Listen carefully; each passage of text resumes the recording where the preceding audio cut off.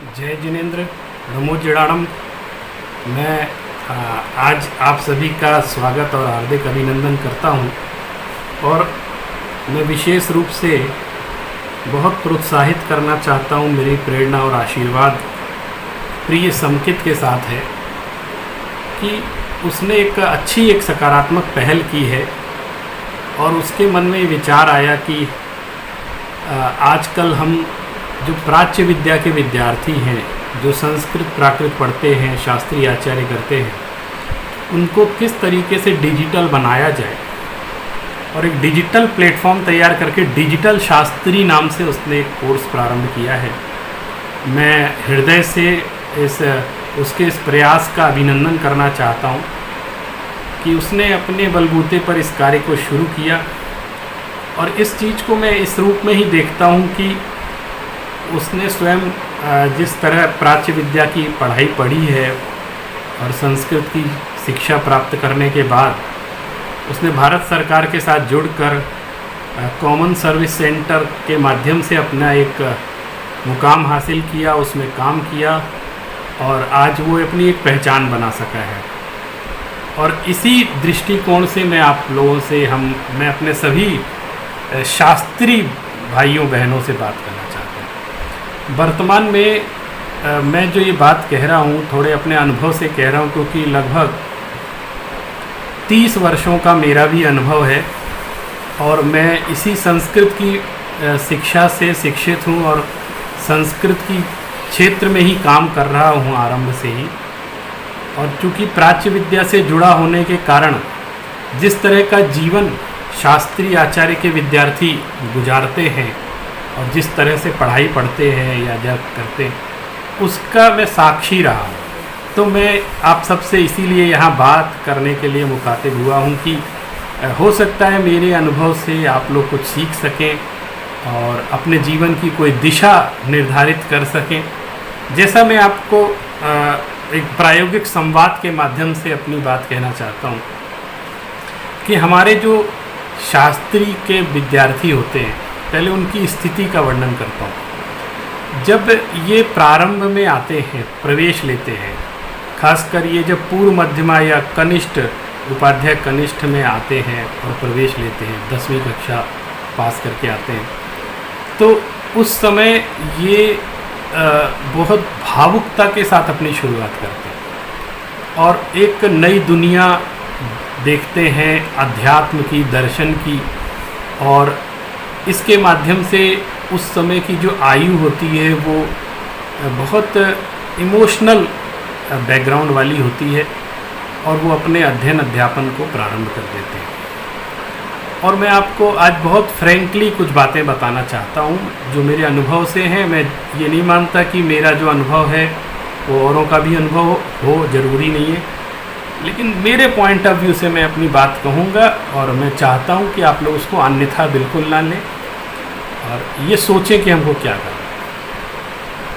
है। मैंने देखा है कि जो संस्कृत की शिक्षा प्राप्त करने वाले विद्यार्थी हैं वो लापरवाह बहुत होते हैं और उनकी लापरवाही के मैं कई किस्से आपको सुना सकता हूँ और जो मैं साक्षात अपने और विद्यार्थियों के साथ भी देखता हूँ।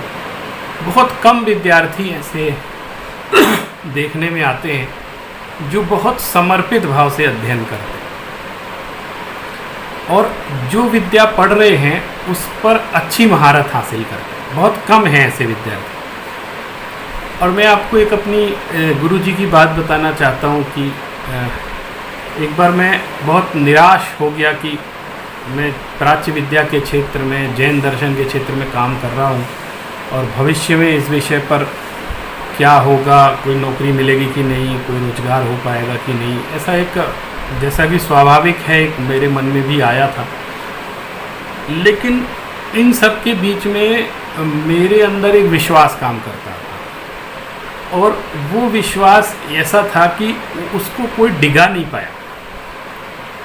मेरे गुरुजी ने एक बार मुझसे कहा कि देखो, मैंने अपनी चिंता उनसे व्यक्त की तो उन्होंने कहा कि देखो, विद्या कभी बंध्या नहीं होती। क्या अर्थ है इसका?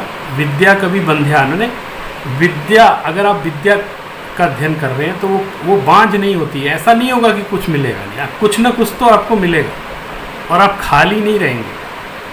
और सबसे बड़ी बात ये है संस्कृत और प्राकृत के विद्यार्थियों के साथ जो उनके पास गॉड गिफ्ट है कि वो हमेशा बड़ी सम्मानित अवस्था में रहते हैं। मैं हमेशा कहता हूँ कि जो ऐसे बीए करके कहीं क्लर्क बन जाते हैं किसी ऑफिस में तो क्या इज्जत रहती है आपकी, लेकिन अगर आपने शास्त्री की है तो आपके पास शास्त्र का वो वैभव, वो ज्ञान, आपके अंदर वो आत्मविश्वास काम करता है कि आप किसी स्कूल में अध्यापक बन जाते हैं, चाहे प्राइवेट स्कूल हो चाहे सरकारी, तो उसमें एक जो सम्मानित अवस्था महसूस होती है, क्योंकि अध्यापक का सम्मान सब जगह है और आप चाहे किसी भी फील्ड में चले जाएं आपको इतना सम्मान नहीं मिलेगा जितना अध्यापक बनने पर मिलता है। ये ऐसी मेरी मान्यता है और मैं अपने सभी जितने भी क्षेत्र हैं कार्य करने के, उन सब क्षेत्रों में अध्यापन के क्षेत्र को सर्वश्रेष्ठ मानता हूँ। ऐसी मेरी व्यक्तिगत राय है। हो सकता है हम बहुत करोड़पति ना हो पाएँ, हो सकता है हम बहुत आलीशान बंगले में ना रह पाएँ, आलीशान कार में ना घूम पाएँ, लेकिन जो सेटिस्फैक्शन, जॉब सेटिस्फैक्शन हमारे अंदर रहता है कि हम किसी का निर्माण कर रहे हैं, किसी को पढ़ा रहे हैं और पढ़ाने के बाद जो आनंद आता है उसकी आप कल्पना नहीं कर सकते। और यही एक समर्पण का भाव उसको आगे बढ़ाता हुआ ले जाता है। मेरे पास बहुत फ़ोन आते हैं कई विद्यार्थियों के, खासकर जिन्होंने शास्त्री कर ली, वो कहते हैं अब क्या करें, आगे किस दिशा में हम जाएं। उसकी मजबूरी एक ये रहती है कि जो शास्त्री संस्कृत विद्या से पढ़कर आते हैं, चाहे उन्होंने साहित्य पढ़ा हो, चाहे व्याकरण पढ़ा हो, चाहे दर्शन पढ़ा हो, चाहे जैन दर्शन पढ़ा हो, मैं आज अपने इस वक्तव्य में बहुत सारी चीज़ों को कवर करने जा रहा हूँ, ये आप मान के चलिए।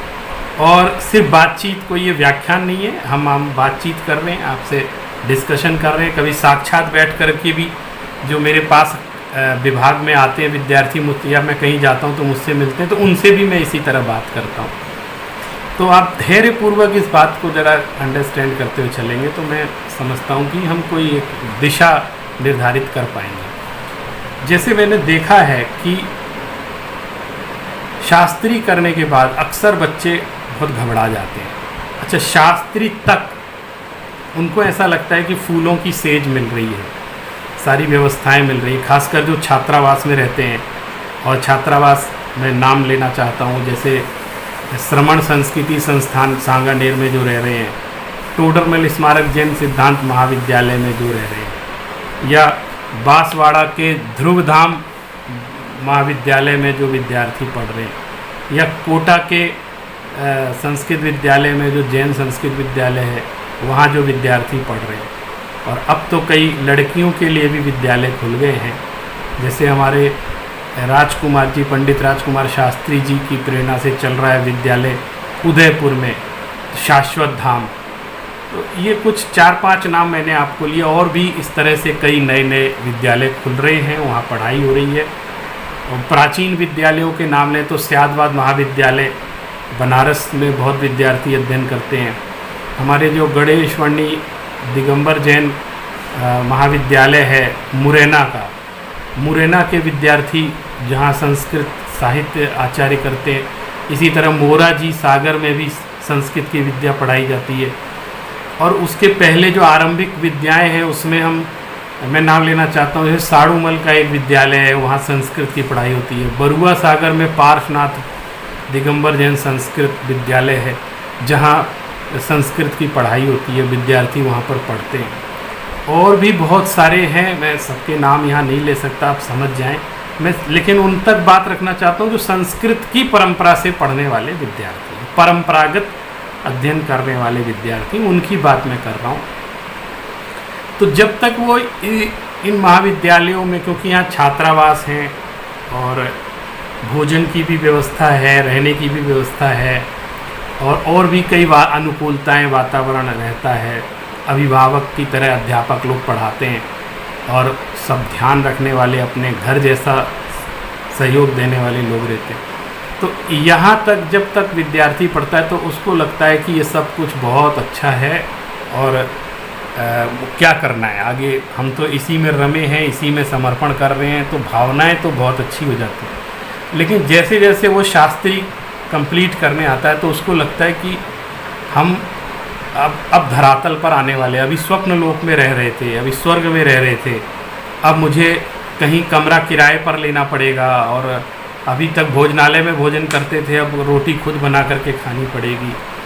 और क्या होता है कि जब इन महाविद्यालयों में पढ़ते हैं बच्चे, मैं नाम लेना भूल गया, श्री दिगंबर जैन आचार्य संस्कृत महाविद्यालय जो मूल महाविद्यालय है जहाँ से सारे महाविद्यालय जुड़े हुए हैं, और भी बहुत सारे विद्यालय हैं, तो उन्होंने वहाँ पर जो सुख सुविधाओं में रहने पर हमको बहुत अध्ययन अध्यापन आनंद आता है, उसके बाद जब हम बाहर निकलते हैं तो एक अजीब सी स्थिति खड़ी हो जाती है। वो विद्यार्थी, उसको ऐसा लगता है कि अभी तो हमको कोई जैसे झूले में लालन पालन कर रहा था, अचानक से सड़क पे छोड़ दिया कि तुम करो क्या करना है। और आम विद्यार्थी, एक कॉमन विद्यार्थी, और इस विद्यार्थी में अंतर ये रहता है कि जो कॉमन विद्यार्थी हैं, जो और पढ़ाई बीए वगैरह कर रहे हैं, बीकॉम कर रहे हैं, वो तो जन्म से सड़क पर है, मतलब घर पर, सड़क पर मतलब खुद अब सेल्फ डिपेंड है शुरू से ही, तो उनको उतनी कठिनाई नहीं होती, वो जीवन जीना जानते हैं कि कैसे हॉस्टल लाइफ होती है, कैसे अपना बाहर मैनेज करना पड़ता है, बाहर रह के पढ़ना पड़ता है। लेकिन ये जो शास्त्री पढ़कर जो सुकुमार अवस्था आ जाती है, उसमें अचानक से जब ये संघर्ष का वातावरण, तो थोड़ा घबरा जाते हैं। तो कई विद्यार्थियों से हमारी जब बातचीत होती है तब पता चलता है, और उनको अजीब सा भी लगने लगता है कि कहाँ से हम अचानक स्वर्ग से जो है मध्यलोक में धरती पर आ गए, और ये अब कैसे हम मैनेज करें। और कभी कभी मैं मानता हूँ कि जहाँ पर आचार्य करने की व्यवस्था नहीं है शास्त्री के बाद, अधिकतर महाविद्यालयों में आचार्य करने की व्यवस्था नहीं है, तो वो अच्छी बात है। क्यों? क्योंकि ये हमेशा ही स्वर्ग लोक में रहेंगे तो जीवन का यथार्थ समझ नहीं पाएंगे कि हमको अपना कैरियर निर्माण कैसे करें। वास्तव में जो महाविद्यालयों में रह करके जो सुख सुविधाओं के बीच में अध्ययन होता है, उसका पूरा उद्देश्य ये है कि आप अपना मन, अपना चित्त, अपना पूरा समय सिर्फ और सिर्फ अध्ययन में लगाएं और किसी काम में लगाएं। अपनी अपनी कुशलता को विकसित करने में लगाएं, अपने लेखन शक्ति को विकसित करने में लगाएं, अपनी वक्तृत्व शक्ति को विकसित करने में लगाएं, अपने ज्ञान को समृद्ध करने में लगाएं। और आपको ना रोटी का सोचना है, ना आपको अपने रहने की व्यवस्था सोचनी है, ना पैसे के बारे में सोचना है। आपको सिर्फ सोचना है अपने बारे में कि मुझे कितना अध्ययन करना है, गुरुओं का सानिध्य मिला है। तो सबसे पहला लेसन मेरा ये है कि इस स्वर्णिम क्षण का दुरुपयोग ना करिए। पहली सीढ़ी है शास्त्री विद्या। जब तक आपको सुविधाएं मिल रही हैं, मैं देखता हूँ मेरा विश्वविद्यालय जहाँ स्वयं मैं अध्यापन कार्य कर रहा हूँ, जैन दर्शन विभाग में बहुत सुख सुविधाएं वहाँ पर। श्री दिगंबर जैन नहीं, श्री लाल बहादुर शास्त्री राष्ट्रीय संस्कृत विश्वविद्यालय, अब केंद्रीय संस्कृत विश्वविद्यालय के रूप में अब जाना जाता है, पहले विद्यापीठ बोलते थे। तो यहाँ पर विद्यार्थियों को जो शास्त्री आचार्य करते हैं उनको छात्रावास की सुविधा भी है, वहाँ भोजन की सुविधा भी है, बहुत नॉमिनल चार्ज में। माने दिल्ली जैसे शहर में कोई रहे तो कितना ज़्यादा पैसा खर्च होता है कमरा लेने में और भोजन की व्यवस्था करने में, लेकिन यहाँ पर वो कष्ट नहीं है। जो वहाँ रहता है वो स्वर्ग में रहता है। बहुत सुंदर, इतना अच्छा शांत वातावरण है, इतना अच्छा कैंपस है, और स्टाइपेंड माने छात्रवृत्ति देती है विश्वविद्यालय सब प्रत्येक विद्यार्थी को जिसकी उपस्थिति अटेंडेंस कंप्लीट है उनको छात्रवृत्ति देती है। तो एक तो मैं पूरी दुनिया के विद्यार्थियों से ये कहना चाहता हूँ कि आप लोग सामान्य पढ़ाई अगर से बचना चाहते हैं, ऐसे कॉमन लोगों में नहीं रहना चाहते, कुछ विशिष्ट बनना चाहते हैं, तो आपको संस्कृत के क्षेत्र में आ जाना चाहिए। अपनी प्रतिभा अगर आप यहाँ दिखाएंगे तो आप बहुत ऊंचाइयों पर पहुँच जाएंगे, ये मेरा विश्वास है। और आप वहाँ पर परिश्रम करेंगे तो आपको जितना परिश्रम आप दूसरी जगह करते हैं और उतना लाभ नहीं मिलता है, यहाँ अगर उतना परिश्रम करेंगे तो आपको चौगुना लाभ, ये ऐसी मेरी मान्यता है। फिर मैं ये देखना चाहता हूँ कि जब बच्चे शास्त्री कर लेते हैं तो वो कहने लगते हैं अब मैं क्या करूँ, कहाँ जाऊँ। तो सबसे पहली मेरी ये शिक्षा है, मेरा ये सीख है कि जब आप पढ़ रहे हैं तब आप अपने समय का इतना अधिक सदुपयोग कर लें, हर कला में इतने प्रवीण हो जाएं कि आपको इसके बाद अब संघर्ष का जीवन जीना है, तो आपको अब अपना वो दूसरी तरफ उपयोग लगाने में दिक्कत ना हो, इसलिए इतनी परिपक्वता हासिल कर लेनी है आपको उस समय। तो उसके लिए सबसे पहले मैं ये कहना चाहता हूँ, आजकल अगर शास्त्री फर्स्ट ईयर में आप आए हैं तो वर्तमान का जो इस समय एकेडमिक स्टेटस है, इस समय एग्जैक्ट पोजीशन में बता रहा हूँ आपको कि अधिकतर विश्वविद्यालयों ने योग विद्या को अपने कोर्स में जोड़ लिया है। और ये मान के चलिए, ये योग विद्या जो सिखाई जा रही है विश्वविद्यालयों में, ये कोई धार्मिक स्टंट नहीं है, ये एक एकेडमिक अप्रोच है योग की। और अभी तक आपने जो योग और ध्यान के बारे में सुना तो आपको लगता हो किसी न किसी धर्म के प्रति आस्था रख के ये काम हो सकता है।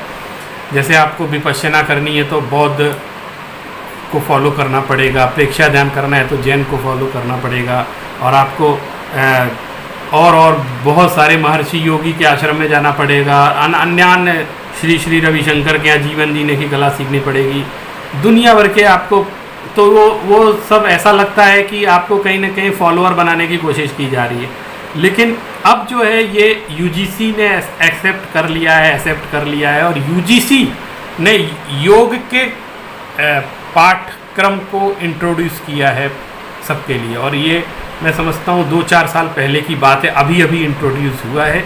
इसलिए मैं आपसे कहना चाहता हूँ कि पूरी भारत में योग विद्या के सबसे बड़े स्कोप सामने आ रहे हैं और भविष्य में और आएंगे, क्योंकि हमारी जो वर्तमान में केंद्र सरकार है उसने ये महसूस किया कि माननीय नरेंद्र मोदी जी ने ये महसूस किया कि लोग आज भटक क्यों रहे हैं या देश बर्बाद क्यों हो रहा है, क्योंकि हम अपनी योग विद्या को भूल चुके हैं। इसलिए बहुत कम उम्र में हमें बहुत तरह के रोग हो जाते हैं और यही तो देश को बीमार बनाना है। आप अपनी योग विद्या को भूल करके तमाम रोगों के शिकार हो गए और आप अपने देश को उन्नति नहीं कर पा रहे, अपने जीवन की उन्नति नहीं कर पा रहे। आपकी उन्नति होगी तो जीवन की उन्नति होगी, जीवन की उन्नति होगी तो राष्ट्र की उन्नति होगी, ये तो मान के चलिए। तो इस योग विद्या को बहुत अच्छे से इंट्रोड्यूस कर दिया गया है। यूजीसी ने एक बहुत बड़ा पाठ्यक्रम बनाया है और नेट की परीक्षा भी योग विद्या से होने लगी। तो ये आप मान लीजिए कि अब आपको योग में कैरियर का एक बहुत बड़ा स्वर्णिम चांस आपके सामने आ चुका है। और मैं ये बात इसलिए कह रहा हूँ कि अब शास्त्री के पाठ्यक्रम में भी योग विद्या इंट्रोड्यूस हो गई है। सिर्फ योग से एमए नहीं होता है, बल्कि शास्त्री में भी योग पढ़ाया जाएगा और कहीं कहीं आचार्य में भी योग की क्लासें चलती हैं। तो सबसे पहला काम जो शास्त्री फर्स्ट ईयर के बच्चे हैं, वो वैकल्पिक विषयों में जब हमको विषयों का चुनाव करना पड़ता है, तो मेरा ये निवेदन है कि आप उसमें योग का विषय अवश्य ले लीजिए, क्योंकि आपको शास्त्री तो करनी है, लेकिन योग एक विषय रहेगा तो आपके लिए स्कोप खुल जाएगा। इसलिए ऐसा कह रहा हूँ क्योंकि भविष्य में हर स्कूल में, अभी भी हो गया है, हर स्कूल में एक योगा टीचर कंपलसरी रखने की बात आ रही है। एक नहीं, कई योगा टीचर रखने पड़ेंगे, क्योंकि पूरे स्कूल के बच्चों को योग कराना है और वो योगा टीचर बिल्कुल अलग तरह का होगा, ये आप मान लीजिए। अब मैं आपसे बात कहना चाहता हूँ कि जैसे शास्त्री करने के बाद एक कॉमन ट्रेंड है कि बीएड करना, तो मेरा ये सुझाव है कि सबसे पहला काम आज भी मैं आपसे कहता हूँ कि अगर आप किसी उसमें मुगालते में नहीं जीना चाहते हैं, तो मैं मानता हूँ अगर आपका बीएड में सिलेक्शन हो जाता है तो अवश्य पहले नंबर आप बीएड कर लीजिए शास्त्री के, क्योंकि बाद में समय नहीं मिलता है, बहुत जिम्मेदारियाँ हो जाती हैं और बीएड की पढ़ाई थोड़ी ज़्यादा स्ट्रिक्ट है, कड़क तरीके से पढ़ाई होती है और बहुत रेगुलर रहना पड़ता है। तो इस कोर्स को प्रोफेशनल कोर्स है, बिना बीएड के कहीं आपकी कोई गति नहीं है, इसलिए एक प्रोफेशनल कोर्स ज़रूर कर लीजिए। खासकर लड़कियों के लिए मैं ये निर्देश देना चाहता हूँ कि आप इस कोर्स को अवश्य करिए। क्यों? क्योंकि लड़के तो सब तरह के जॉब कर सकते हैं, लेकिन लड़कियों के लिए खासकर वो शादी के बाद भी जॉब करें तो अधिकतर परिवारों में देखा जाता है कि लड़कियों को वो जॉब के लिए जो पारंपरिक परिवार हैं वो तैयार नहीं होते। और बिटिया अगर शास्त्री करके वो बीएड कर लेती है तो आप ये समझ लीजिए कि कश्मीर से लेके कन्याकुमारी तक और कोई चीज़ हो ना हो, स्कूल हर जगह हैं और स्कूल में टीचरों की आवश्यकता हर जगह होती है। तो ये इसकी ससुराल कहीं भी रहेगी, वो एक टीचिंग का जॉब जरूर कर सकती है, यानी आत्मनिर्भर बन सकती है। और टीचिंग का जॉब इतना रिस्पॉन्सिबल जॉब है, इतना ऑनरेबल जॉब है कि कोई भी व्यक्ति, किसी भी ससुराल का व्यक्ति अपनी बहू को टीचर बनने से नहीं रोकता है, क्योंकि उसको लगता है एक सम्मानित, समाज में सम्मान है।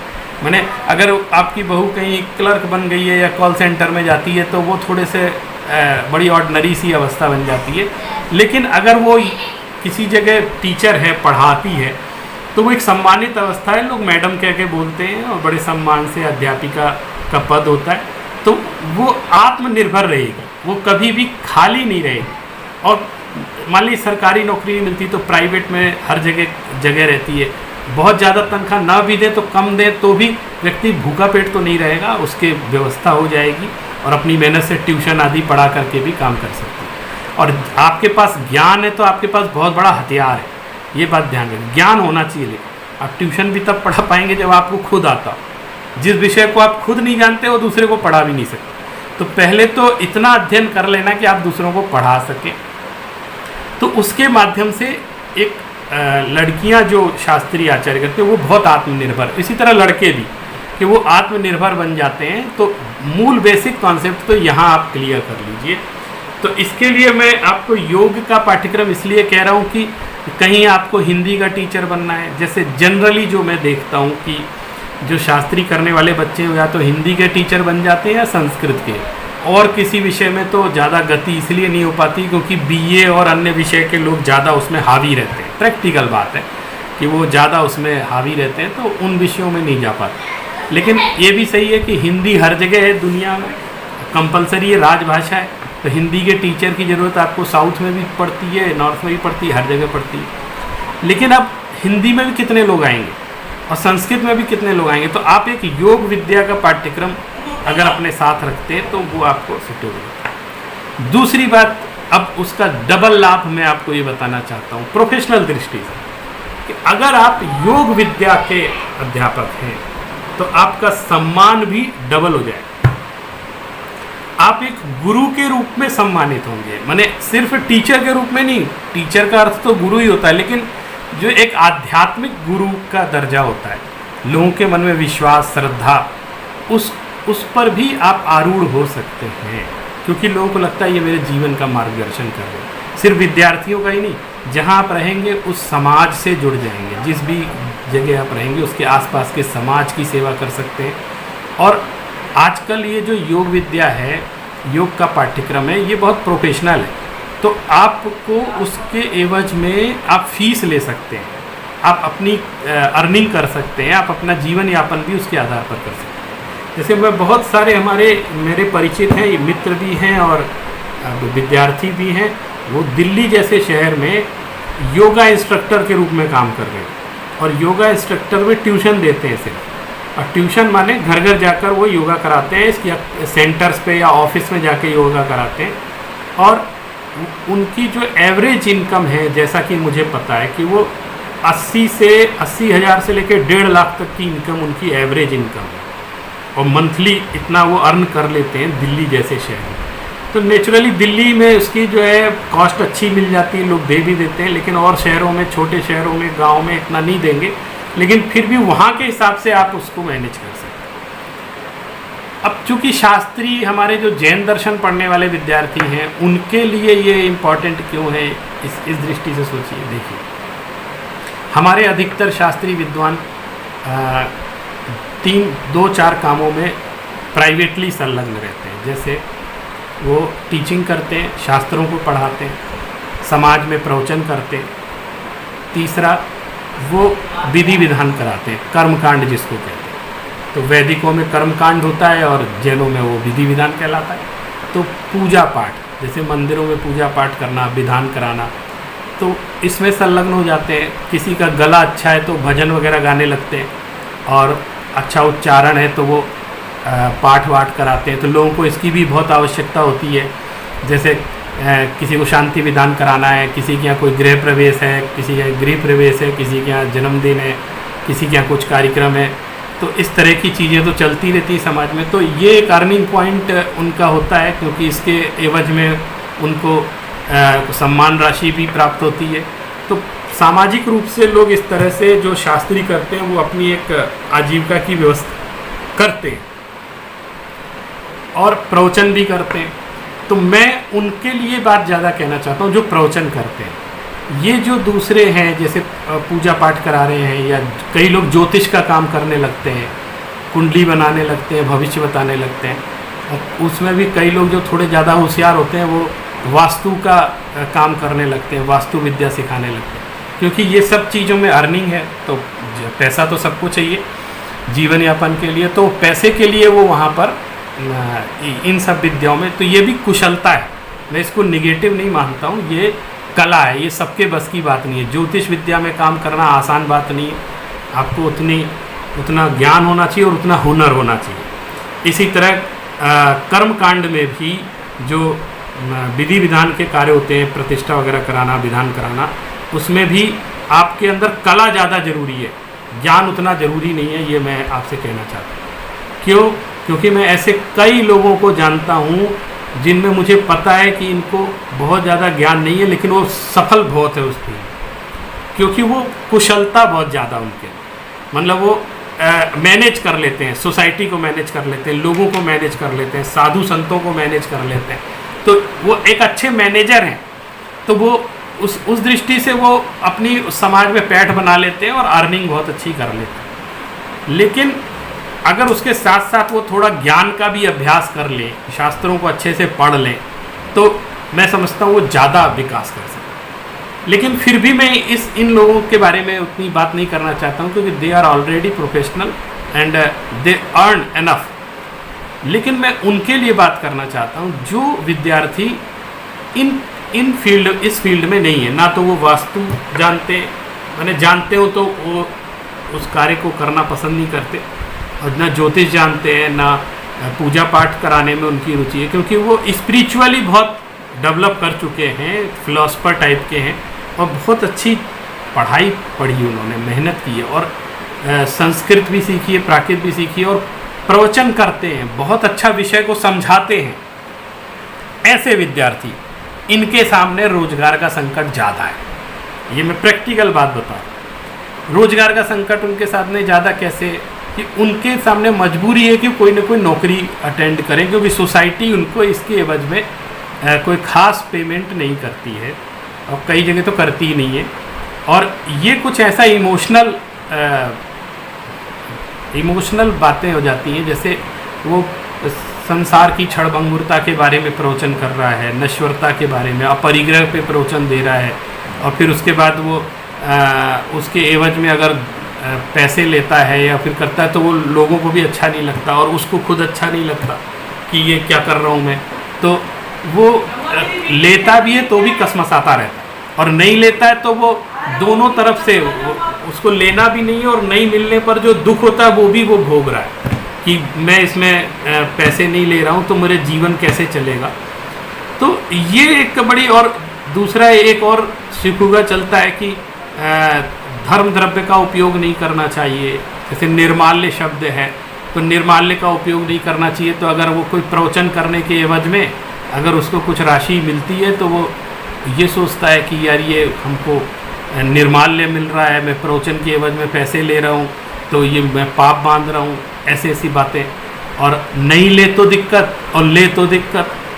ले तो सबसे बड़ी समस्या उसके सामने ये है कि उसको वो हीन भावना महसूस होती है कि मैं क्या कर रहा हूँ, जबकि मेरे विचार इस विषय में बिल्कुल अलग हैं। उस पर कभी मैं अलग उस पर बातचीत करूँगा आपसे, क्योंकि ये मामला निर्माल्य के विषय में कभी अलग व्याख्यान दूंगा, जो मेरी सोच है और मैंने जो अनुसंधान किया। लेकिन इसमें एक रास्ता आपके सामने बचता है, जैसे अगर आप योग की फील्ड में आज आगे आते हैं, बहुत अच्छे विश्वविद्यालय में जहाँ योग से एमए होता है, आप शास्त्री के बाद योग से एमए कर लीजिए और योग में आप प्रवीणता हासिल कर लीजिए। जब आप योग से एमए करेंगे तो आपको पंचकर्म की शिक्षा भी दी जाएगी, प्राकृतिक चिकित्सा की शिक्षा भी दी जाएगी, योग दर्शन पूरा गहराई के साथ पढ़ाया जाएगा। और सिर्फ एक योग दर्शन नहीं बल्कि आपको उसके साथ जैन और बौद्ध योग भी पढ़ाया जाएगा। हालांकि जैन बौद्ध योग को बिल्कुल संक्षिप्त सिलेबस में लोग रखते हैं नाम मात्र के लिए, उस पर ज़्यादा ध्यान नहीं देते हैं, क्योंकि मेजॉरिटी जो है वो पतंजल योग की है, तो उसी की तरफ ज़्यादा ध्यान। और आपको अगर प्रोफेशनली आगे बढ़ना है तो आपको पतंजल योग को अच्छे से समझना पड़ेगा और उसको अप्लाई करना पड़ेगा, प्रैक्टिकल जीवन में अपना करके देखना पड़ेगा। तो अगर आप अच्छे प्रैक्टिशनर बन जाते हैं योग की फील्ड में और अच्छे उसका साथ साथ नॉलेज ले लें, तो आपके पास वो चांस ज़्यादा है। क्यों? क्योंकि आपने अभी शास्त्री करते तक आपने वक्तृत्व कला में प्रवीणता हासिल कर ली, आपको प्रवचन करने की ट्रेनिंग दी गई, आपको वक्तृत्व कला भाषण देना सिखाया गया, वाद विवाद करना सिखाया गया, और आपने कैसे विषयों को प्रस्तुत किया जाता है ये आप सीख चुके हैं। तो आप ये जान लीजिए योग की फील्ड में भी वही सफल है जो बोलना जानता है। सिर्फ आसन करने वाला नहीं, आसन करना भी इम्पॉर्टेंट है, लेकिन उसके साथ साथ जो उसमें उसको बहुत अच्छे से कंट्रोल कर लेता है, वो बोल करके प्रभावित कर लेता है, वो ज़्यादा सफल। जैसे मैं आपको बाबा रामदेव जी का ही उदाहरण दूँ। आप रामदेव से पहले क्या योग था नहीं भारत में कि योगी नहीं थे? कौन नहीं था?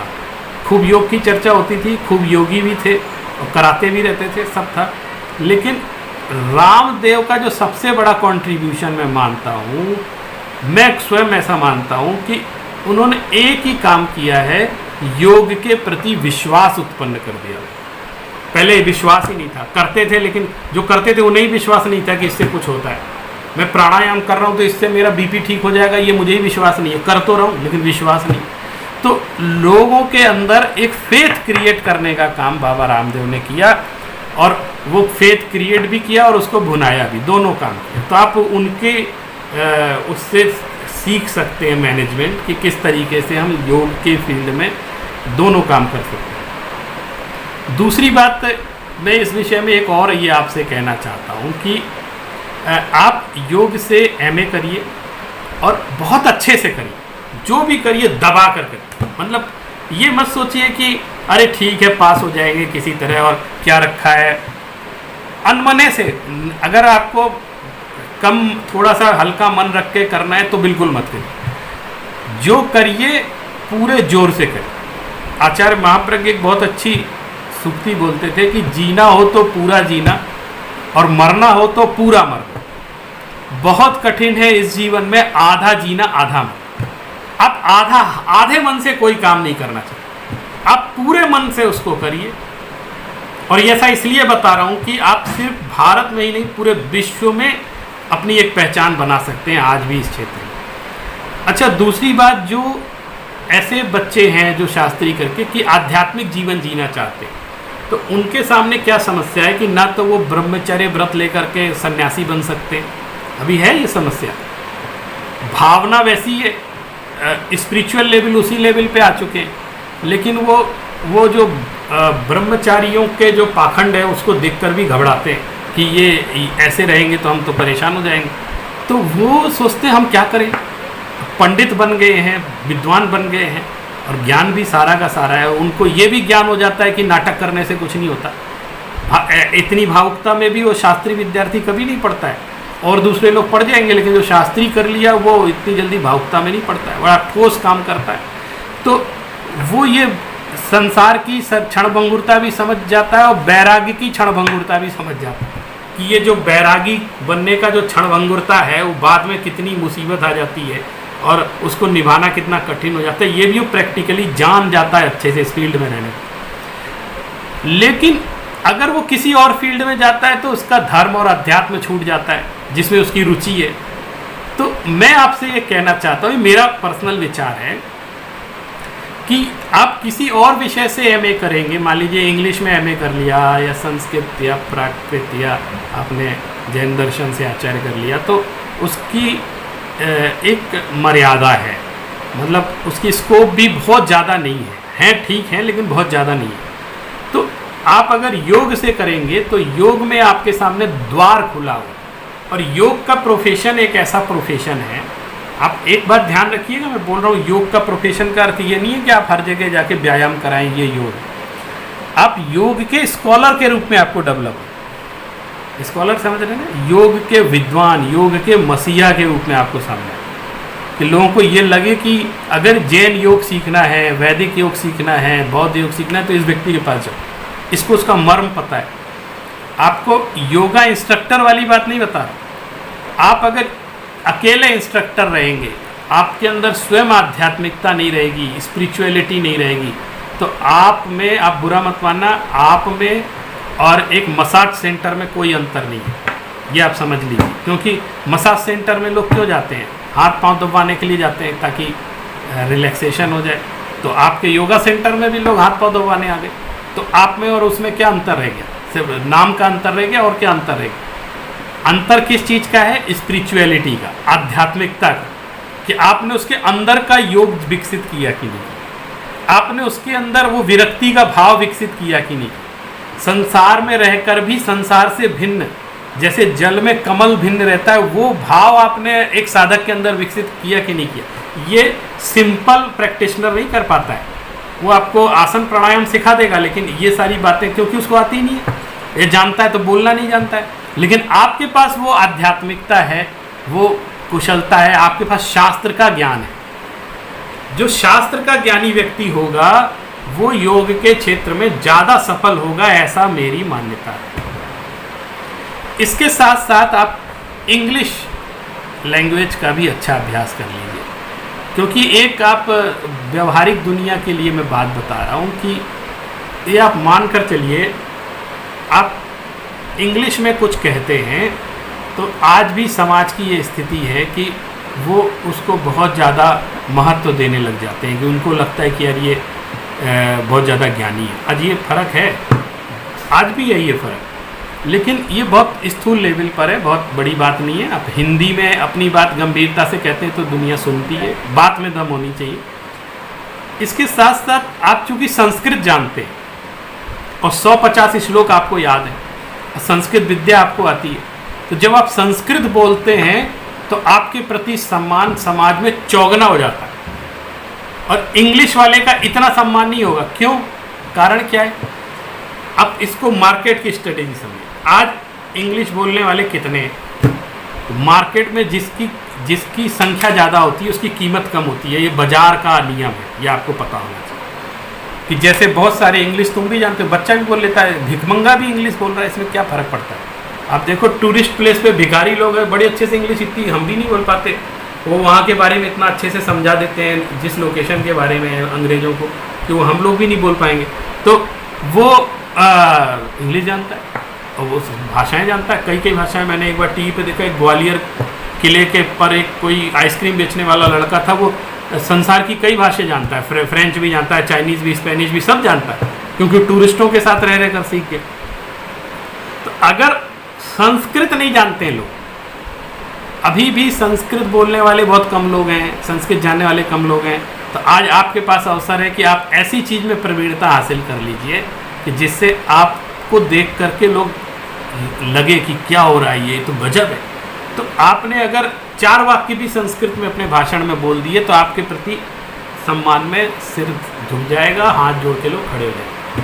तो ये आपके भाषा का चमत्कार है और संस्कृत के प्रति सम्मान है। और जब आप कुछ सिखा रहे हैं किसी को, 2-4 गाथाएं प्राकृत में बोल दीजिए तो उसके प्रति भी सम्मान बढ़ जाता है लोगों को। अरे ये तो आगम की गाथा बोल रहे हैं, इसको इतना आता है, ऐसा सम्मान हो जाता है। तो आप देखिए, आपने यदि MA कर लिया योग से और एक प्रामाणिक संस्थान से आपको MA करना है, ये ध्यान रखिएगा। क्योंकि जब मार्केट में चीज़ आती है तो बहुत नकली संस्थाएं भी खड़ी हो जाती हैं, तो आपको नकली संस्थाओं से बचना है। थोड़ा पता लगा करके आप उसका कोर्स करें और उसके बाद आप UGC की नेट परीक्षा पास कर लीजिए। और अगर उसमें आपने JRF प्राप्त कर लिया तो आप ये समझ लीजिए PhD करने के लिए महानगर में लगभग 40,000 रुपये गवर्नमेंट ऑफ इंडिया आपको महीने की स्टाइपेंड देगी। और उस बीच PhD करने के दौरान आप उसमें इतनी महारत हासिल कर लीजिए अपने विषय में कि आप छा जाइए पूरे क्षेत्र में। कई दृष्टियों से। जैसे आप बहुत अच्छा लेखन करिए, लेखन कला में आपकी प्रवीणता होनी चाहिए, आपको संपादन कला आनी चाहिए, और कुछ रचनाएं करना, काव्य कला में भी आपका थोड़ा दखल रहना चाहिए, और उसके साथ साथ वक्तित्व कला तो आपकी विकसित होनी ही चाहिए, और जो कि मैं समझता हूँ अधिकतर लोगों की पहले है। फिर इसके बाद क्या है, आप ऊंचाई पे जाना चाहते हैं तो आपको अभी अनेक विश्वविद्यालयों में योग के डिपार्टमेंट खुल गए हैं, वहाँ पे योग के प्रोफेसर की ज़रूरत पड़ती है। और आपको मालूम है अभी सबसे अधिक रिलायबल और सबसे अधिक ऑनरेबल जॉब इस समय प्रोफेसर का है, और बहुत ऑनर है, बहुत काम करने का आपको अवसर इस पे मिल जाएगा। तो आप देखिए अभी वैदिक परंपरा में जो योग है उसमें भी बहुत भीड़ है, वहाँ भी लोग आगे, लेकिन अभी जैन योग में आपको कुछ फील्ड बनानी पड़ेगी। तो आपके लिए ये इसलिए अच्छा है कि आपका जो स्वभाव है, जैसे आपका आध्यात्मिक स्वभाव है, आप मोक्ष की कामना से, आत्म कल्याण की कामना से भी कार्य कर रहे हैं, सिर्फ संसार में ही नहीं रहना है बल्कि उन्नति भी करनी है, आत्मानुभूति भी करनी है, इस भाव का अभाव भी करना है, और इस भाव में कैसे जीना ये भी सीखना है। तो इस आप जब कहीं प्रवचन करने जाते हैं, देखिए मैं बड़ी व्यवहारिक बात बता रहा हूँ, तो आप सिर्फ प्रवचन करना जानते हैं, आप सिखा रहे हैं, शास्त्र पढ़ा रहे हैं, और उसके एवज में आपको सिर्फ प्रशंसा मिल जाती है और कुछ नहीं मिलता, और प्रशंसा से किसी का पेट नहीं भरता है, ये सब दुनिया जानती है। और अगर व्यक्ति आजीविका के लिए कोई और काम करता है तो उसका उपयोग उधर लगेगा, फिर वो शास्त्र में कम मेहनत करेगा, क्योंकि जहाँ जिसका आजीविका के लिए परिश्रम, समय तो उतना ही है 24 घंटे में, तो 24 घंटे में यदि वो 12 घंटे दूसरे काम के लिए देता है तो फिर वो शास्त्र में कितना मन लगा पाएगा या उसकी गहराई में कितना जा पाएगा। तो इसके लिए ज़रूरी हो जाता है कि उसकी आजीविका का विषय भी लगभग वैसा ही हो। और अभी योग के क्षेत्र में अगर आप आते हैं तो आप ये काम कर सकते हैं, जैसे आप कहीं पर प्रवचन कर रहे हैं या कहीं क्लास ले रहे हैं, तो वो तो आप निःशुल्क चलाते रहिए जैसे चलाते हैं हमेशा, लेकिन उसके साथ अगर आप योग के विशेषज्ञ बन गए हैं तो आप योग, चूँकि स्पिरिचुअल टच इसके अंदर है, आप ही के फ्लेवर का है, इसमें फिलॉसफी भी है, स्पिरिचुअलिटी भी है, तो आप उसकी प्रैक्टिस कराएं, तो उसके लिए आप चार्ज कर सकते हैं, और बहुत सम्मान के साथ लोग उसमें आपको राशि देंगे, पैसे देंगे, और आपकी सारी व्यवस्था होगी। इसके अलावा ये तो हो गया सोसाइटी से कमाना, लेकिन इसके अलावा आप एक एनजीओ रन कर सकते हैं, जो एनजीओ बहुत अच्छा रिकॉग्नाइज्ड करके आप उसके माध्यम से प्राकृतिक चिकित्सा जो कि ज़रूरत है दुनिया की, और नेचुरोपैथी और योगा, इनका एक सेंटर डेवलप कर सकते हैं। खुद भी कोई संस्था बना करके वो डेवलप कर लीजिए, और उसके साथ साथ आप तत्व ज्ञान भी लोगों को दीजिए। तो आज दोनों चीज़ों की ज़रूरत है। आप देखिए, मैं आपको एक बात बता रहा हूँ, आप इसमें बुरा मानने की बात नहीं है। अकेला सिर्फ अध्यात्म के भरोसे जितने भी लोग हैं उनमें से अधिकतर लोग डायबिटीज के शिकार हैं, अधिकतर लोगों के बीपी बढ़ जाते हैं, और अधिकतर मैंने देखा है यहाँ तक कि साधु संतों में भी हार्ट अटैक हो रहे हैं। अब तो किसी योगी को कभी हार्ट अटैक हो सकता है? किसी योगी को कभी डायबिटीज या शुगर या बीपी की बीमारी हो सकती है, अस्थमा हो सकता है? नहीं हो सकता। क्यों? क्योंकि उसका जीवन योग, और अगर हो रहा है इसका मतलब आपका जीवन योगी में नहीं है। तो जो एक तरफा विकास हो गया कि हमको सिर्फ बुद्धि के बल पर सिर्फ ज्ञान ज्ञान ज्ञान और अध्यात्म अध्यात्म, सिर्फ यहाँ का केंद्र है, सारा का सारा यहीं का बुद्धि विमर्श। तो उससे क्या हुआ? शरीर डैमेज हो गया। और आप ये दुनिया जानती है कि शरीरम खलु धर्म साधनम, शरीर क्या है? धर्म का साधन है। और अगर शरीर सुरक्षित नहीं रहेगा तो आप कुछ नहीं कर सकते, ये भी निश्चित। तो शरीर के लिए भी आप योग को अध्यात्म के माध्यम से इंट्रोड्यूस करके अपनी कुशलता से, अपनी कला से उसको उसमें मिला सकते हैं। और दूसरी बात, योग के क्षेत्र में जो कमियां दिखलाई दे रही है वर्तमान में, ध्यान को लेकर, योग को लेकर, चूँकि आप शास्त्र के विशेषज्ञ हैं, आपको ज्ञान है, आपने सीखा है अध्यात्म, तो दर्शन जानते हैं, तो आप उन कमियों को भी दूर कर सकते हैं। क्योंकि आप जानिए अभी जो योगा कराते हैं वो बहुत ज्ञानी नहीं होते हैं, उन्होंने बहुत शास्त्र नहीं पढ़े, वो प्रैक्टिस करना जानते हैं, तो वो फिलॉसफी बहुत अच्छी नहीं समझा पाते, मैंने ऐसा देखा है अक्सर। लेकिन जो दोनों बातें जानता है, प्रैक्टिस भी अच्छी जानता है और ज्ञान भी उसको बहुत है, तो वो बहुत अच्छे से मैनेज कर सकता है चीज़ों को। और एक बात तो ये मान लीजिए, पैसा भी सिर्फ साधन है, साध्य तो है नहीं, और कभी साध्य मानना भी नहीं चाहिए, चाहे कोई भी फील्ड हो। तो इस फील्ड में भी आप, योग की फील्ड में भी पैसे को साधन के रूप में देखिए, धर्म के क्षेत्र में भी पैसे को साधन के रूप में देखना है, साध्य के रूप में नहीं देखना है। और निश्चित है, ये तो हम जानते हैं कि जो मिलता है वो पुण्य पाप से मिलता है, पुण्य के उदय से पाप के उदय से आता जाता रहता है, ये सब हमको बहुत अच्छे से समझा दिया गया और हमने मान भी लिया इस चीज़ को। तो आप इस चीज़ को भी समझ लीजिए। और मैं आपको ये कहना चाहता हूँ, बहुत सारे क्षेत्र हैं, लेकिन मैं आज चूँकि योग पर ही बोल रहा हूँ, इसलिए मैं योग आपको आत्मनिर्भर बनाएगा। आपको बिल्कुल छोटा सा एक उदाहरण देता हूँ। एक मेरा परिचित है, विद्यार्थी है, उसको मैंने देखा एक दिन वो पार्क में गया और देखा कि लोग अलग अलग ऐसे ताली बजा रहे हैं, कहीं कुछ कर रहे हैं, श्वास ले रहे हैं। उसने कुछ नहीं किया, एक बैनर छपवाया 400-500 रुपये का कि नित्य योग ऐसे कुछ करके, और उसने वहाँ पेड़ों पे टांग दिया और दरी बिछा के अकेले योग करने लगा। तो रोज़ जाके योग करे, तो 1-2 लोग आ गए, बोले क्या कर रहे हो? तो बोले मैं तो योगा टीचर हूँ और योगा सिखाता हूँ, आपको सीखना तो बताइए, सीख लीजिए। तो क्या कैसे करेंगे? तो बोले यहीं कर लेते हैं, अपनी अपनी दरी ले आओ, यहाँ बैठो, और सुबह का समय है, सब लोग आते हैं, हम लोग कर सकते हैं। तो उसने शुरू कर दिया, 2 लोग करने लगे, 4 लोग करने लगे, 150 लोग करने लग गए। अच्छा, उसने अपने बैनर पे एक लिखा था निःशुल्क योग। तो आपको मालूम है, दुनिया में आज से नहीं, अंग्रेज़ों के ज़माने से बात प्रसिद्ध है कि भारत में कोई चीज़ यदि आपको चलानी है तो उसके आगे निःशुल्क डाल दीजिए, फिर लोग सोचना विचारना छोड़ देते हैं अच्छा है बुरा है क्या है, लोग उसके सामने सिलेंडर हो जाते हैं। निःशुल्क होना चाहिए बस, ये आप मान लीजिए। धर्म के क्षेत्र में हो चाहे किसी क्षेत्र में, आप अगर कह देंगे कि मैं प्रवचन कर रहा हूँ तो 10-10 रुपये की टिकट लगेगी, तो एक कोई आदमी पढ़ सुनने के लिए नहीं है। और आप ये कह दो कि प्रवचन सुन रहे हैं, फ्री में सुनाए जा रहे हैं, उल्टे 10 रुपये देंगे, तो हो सकता है बहुत सारे लोग आए। तो आप ये समझ लीजिए, उसने ये निःशुल्क लिख दिया। तो मैंने कहा तुम ठीक है, उसका समर्पण है, वो कर रहा है। तो कह रहा है मैं तो निःशुल्क ही कराता हूँ, 1 घंटे सिखाता हूँ। अब उसने 2-4-5 महीने एक निःशुल्क योग सिखाया, खुद करता ही था, एक बैनर टांग के उसने सिखाना शुरू कर दिया। इससे क्या लाभ हुआ? एक तो उसकी खुद की प्रैक्टिस होती थी, वो कहने लगा मुझे जो है इंटर्नशिप करनी पड़ती है, तो मेरी प्रैक्टिस हो गई, और उसने मेरा भी शरीर ठीक हो रहा है, मेरी प्रैक्टिस हो रही है, मैं कैसे कराता हूँ नहीं कराता हूँ ये मैं प्रैक्टिकली सीख रहा हूँ कि मैं मेरे में दम है कि नहीं है। फिर उसने क्या किया कि जब ये लोग सब करने लग गए, तो उसमें जो पार्क में आते हैं उसमें सब तरह के लोग होते हैं। फिर किसी ने कहा कि साहब ये मैं इतने बजे, तो 6 बजे तुम कराते हो, 6 बजे तो मैं आ नहीं पाता, तो मैं उठ ही नहीं पाता हूँ, या मेरे घर में व्यस्तता है, मैं तो 7-7:30 बजे आऊँ। तो उनको उसका कीमत तो समझ में आ गई। फिर उसने कहा 7-7:30 बजे मेरे पास समय नहीं है। तो बोले तुम मेरे घर आके करा सकते हो? तो बोले करा सकते हैं, उसकी फ़ीस लगेगी।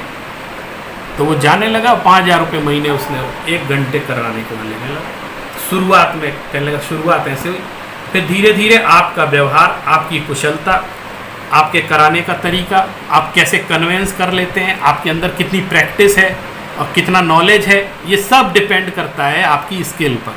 फिर धीरे धीरे धीरे उसका इतना अच्छा, उसने एक सेंटर खोल लिया और उसको काफ़ी कुछ काम करने लग गया वो। तो ये होता है आत्मनिर्भरता, खुद ही जॉब बना के क्रिएट कर।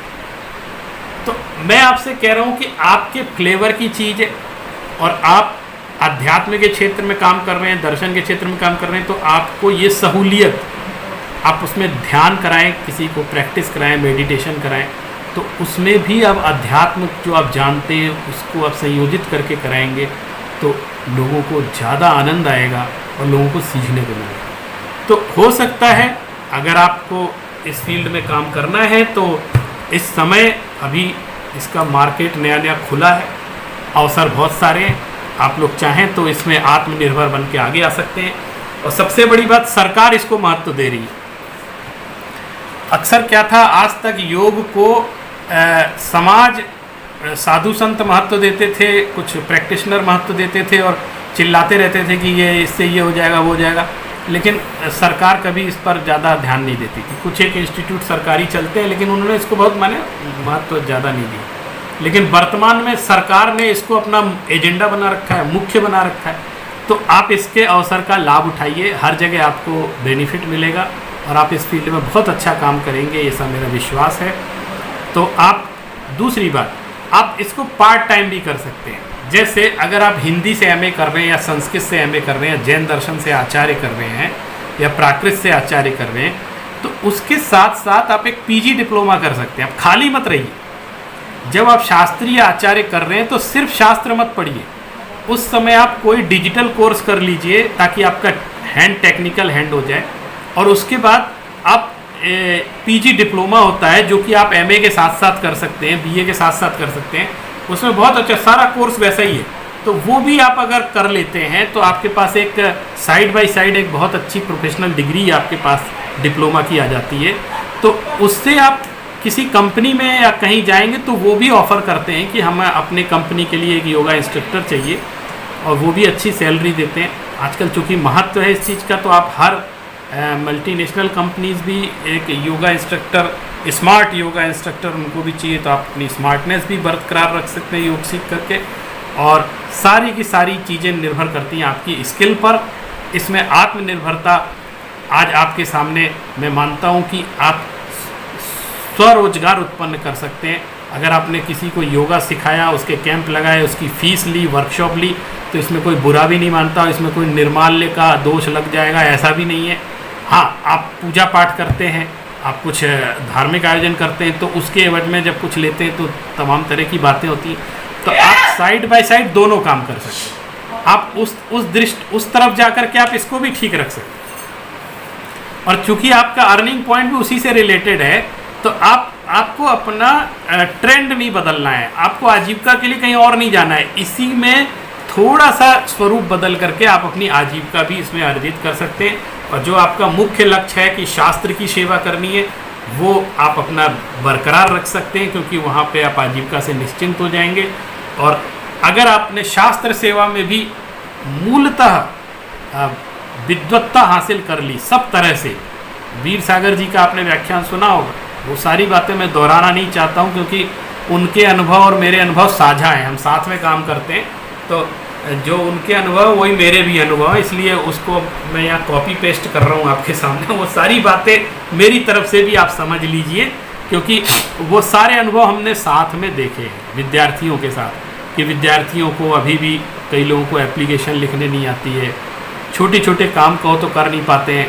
और एक बात और बताता हूँ, आजकल एक विचित्र घटना ये है, जो कि अभी मेरी पीढ़ी तक मैंने तो नहीं की, लेकिन अब दिख रही है।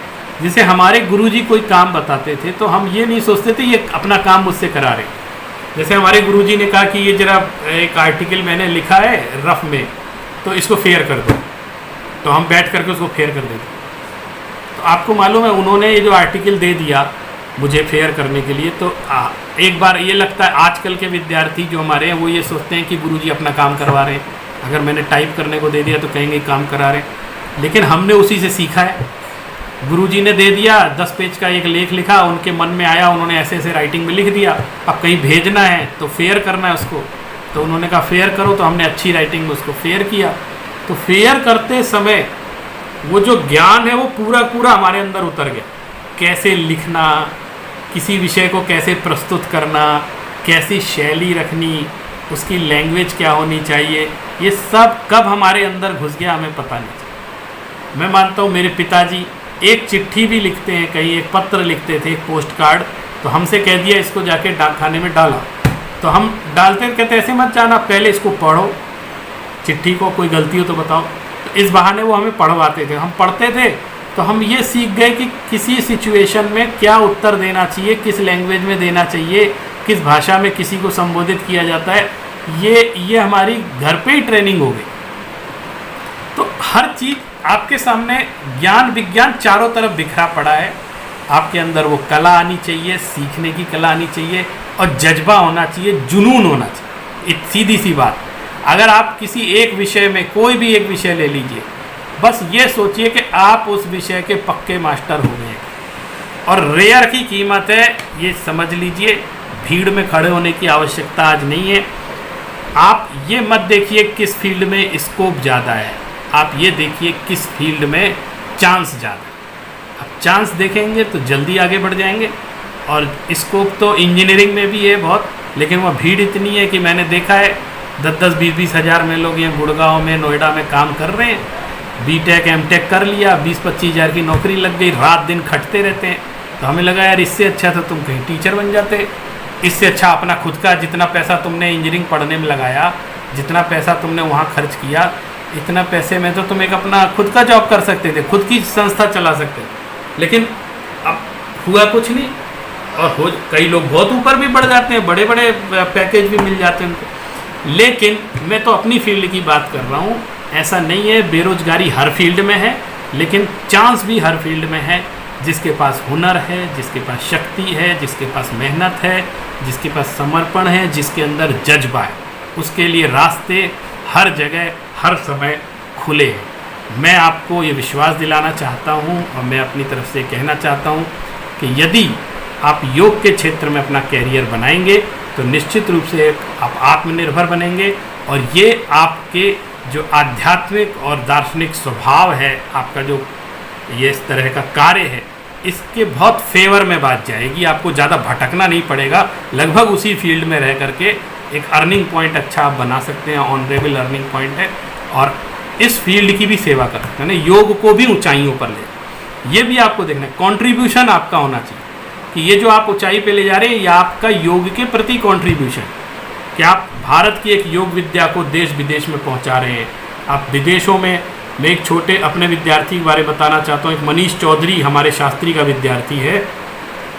आज वो कई देशों में योग की टीचर, उसका बहुत ऑनरेबल जॉब है, कई संस्थाओं से जुड़ करके वो काम कर रहा है। और उसने यहाँ पर कॉमनवेल्थ जब गेम हुए थे तब भी उसने अपने योगा का प्रदर्शन उसमें किया था।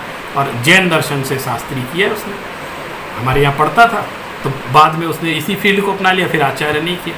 तो देखिए हुनर था तो अगला इतना आगे बढ़ गया। और आज भी हम लोग आता है, हमसे मिलता है, हम लोग देखते हैं उसके काफ़ी जो उसकी उन्नति है। और ऐसे बहुत सारे लोग हैं। तो आप ये जान लीजिए कि अगर आप इस तरह का काम करना पसंद करेंगे तो निश्चय। और एक चीज़ और इसमें बताना चाहता हूँ कि हो सकता है आपके गुरुजी मना करें आपको इसका, क्योंकि क्या होता है कि फिलोसफर है, उनके अपनी एक दृष्टिकोण होता है। वो कह देते हैं जो ध्यान कराया जा रहा है, ध्यान सब बेकार है, ये सब योग जो है ये सब बेकार है, इससे आत्म कल्याण नहीं होता है। तो आप उनसे ये निवेदन कर दीजिए कि हम आत्म कल्याण के लिए, मोक्ष मार्ग के लिए प्रवचन कर रहे हैं, स्वाध्याय कर रहे हैं। और जैसे जिस तर्क के आधार पर लोग दुकानों पे बैठ जाते हैं काम छोड़ करके, लोग कोई और काम धंधा करने लग जाते हैं, लोग खेती करने लग जाते हैं, उसी तर्क के आधार पे हम योग कर रहे हैं। हम योग को उससे जोड़कर नहीं काम कर रहे हैं। इतना उनको कह करके आप अपना काम करिए, आप आगे बढ़िए। निश्चित रूप से मेरी शुभकामनाएं आपके साथ हैं। फिर कभी मुलाकात होगी तो और भी बहुत सारी चर्चाएं आपसे करेंगे। आप सभी ने मेरी बात को गौरपूर्वक सुना, कोई किसी बात का आप अन्यथा नहीं लीजिएगा, क्योंकि थोड़ा सा मैं फ्रैंक होकर मैंने अपनी बात कही है, जो प्रैक्टिकल बात है वो कही है। ज़्यादा आदर्शवादिता को मैंने लेने की कोशिश नहीं की, क्योंकि वो भी मैं कर सकता था, क्योंकि मैं भी प्रवचन करता हूँ तो मैं भी वो सारी बातें बोल सकता। लेकिन मैंने अपने शास्त्री के विद्यार्थियों को, संस्कृत के विद्यार्थियों को लक्ष्य रख के अपनी बात की, उनकी प्रायोगिक समस्याओं को देखते हुए बात कही है। तो आप लोग इस बात का ध्यान रखेंगे और आगे फिर कभी मुलाकात होगी तो आपसे बात करेंगे। आप सभी को जय जिनेंद्र, नमो जिणाणम, नमो नमः।